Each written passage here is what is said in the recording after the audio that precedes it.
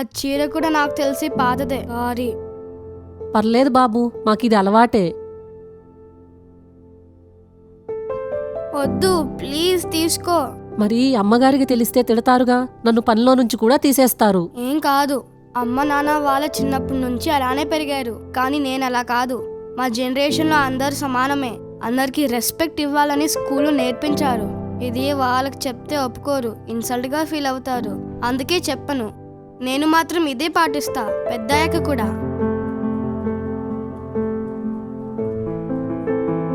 నువ్వు డాడీ మీరా? Sorry dad. Sorry చెప్పాల్సింది మేము నాన్న. నువ్వు చేసింది చాలా కరెక్ట్. సారీ రాణి, వాడన్నట్టు చిన్నప్పటి నుంచి ఇదే అలవాటైపోయింది. ఇక నుంచి ఈ భేదాభావం చూపించం. ఇదిగో ఈ కొత్త చీర, ఫ్రెష్ గా పెట్టిన ఆవకాయ తీసుకెళ్ళు.